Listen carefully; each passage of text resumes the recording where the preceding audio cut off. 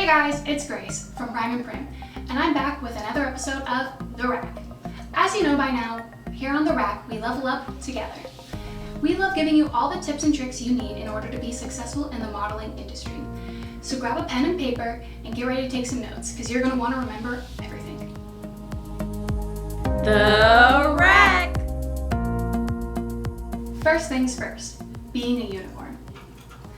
There are millions and millions of models in the world, so you have to figure out what makes you an individual, what makes you stand out. Even if it's something that you're really insecure about, in the modeling industry, that's what makes you special. So you have to use that to your advantage, and that's what's going to make you so successful in life. So for tip number 2, it's always important to remember that it's not you, it's you. In the modeling industry, it's so important to have confidence. If you don't have confidence in yourself, how is anyone else ever going to have confidence in you? Even if you're not quite there yet and you don't feel confident in yourself, just fake it till you make it, keep working on you, work on your craft, and eventually you'll get there, and then you can do it for real. We hope you racked up enough tips for today. Remember to stay stylish. And we'll see you next time. Bye!